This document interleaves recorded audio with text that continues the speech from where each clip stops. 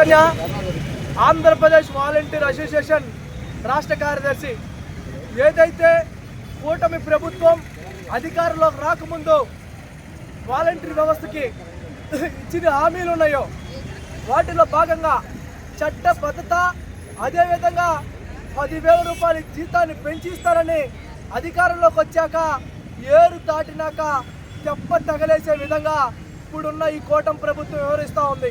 నిన్న వీరాంజనేయ స్వామి మినిస్టర్ గారు మాట్లాడుతున్నారు.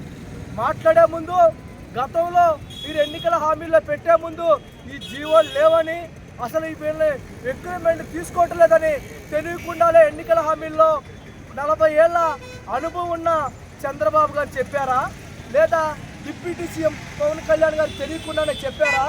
తెలియకుండా చెప్పే విధమైన అవకాశమే లేదు. ఎందుకంటే చంద్రబాబు గారికి 5 సంవత్సరాలు, 10 సంవత్సరాలు, 20 సంవత్సరాల అనుభవం కాదు, దాదాపు 40 సంవత్సరాల పైచులకు రాజకీయ అనుభవం ఉన్న వ్యక్తి చంద్రబాబు గారు. అలాంటి చంద్రబాబు గారు ఇప్పటికైనా దృష్టిలో పెట్టుకొని మీరు ఎన్నికల హామీల్లో ఏదైతే భాగంగా మీరు హామీని నెరవేర్చాలి. ఎందుకంటే ఈ రాష్ట్రంలో 2,60,000 మంది వాలంటీర్లు ఉన్నారు. వాళ్ళందరూ కూడా మిమ్మల్ని చెప్పిన మాట ప్రకారం 10,000 రూపాయలు ఇస్తారు, విధుల్లో తీసుకుంటారు, చట్ట పద్ధతి తీసుకొని వస్తారని కాంక్షిస్తూ ఉన్నారు. దాన్ని దృష్టిలో పెట్టుకుని తక్షణమే వాలంటీర్ వ్యవస్థను యథావిధిగా కొనసాగించడం కాకుండా 10,000 రూపాయల జీతాన్ని ఇచ్చి 4 నెలల పాటు జీతాలు ఏవైతే పెండింగ్లో ఉన్నాయో అవి తక్షణమే విడుదల చేయాలని ఆంధ్రప్రదేశ్ వాలంటీర్ అసోసియేషన్గా మేము డిమాండ్ చేస్తూ ఉన్నాం.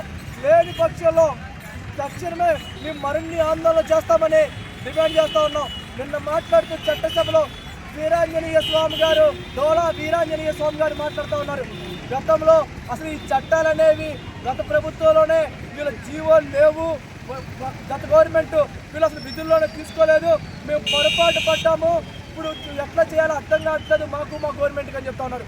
మీకు మీ గవర్నమెంట్కి ఒకటే విన్నవించుకుంటా ఉన్నాం, మీరు గనక జీవోలు గనక అలాంటివి లేకపోతే మీరు అధికారంలో ఉన్నారు కాబట్టి తక్షణమే వాలంటీర్కి సంబంధించి ఏవైతే సుముఖంగా ఉన్న జీవోలు ఉంటాయో, వాళ్ళు యథావిధిగా కొనసాగించే జీవోలు ఉంటాయో ఆ జీవోని తీసుకొని వచ్చి ఈ 2,60,000 కుటుంబాలని ఆదుకోమని ఈ వాలంటీర్ అసోసియేషన్గా మేము విజ్ఞప్తి చేస్తా ఉన్నాం.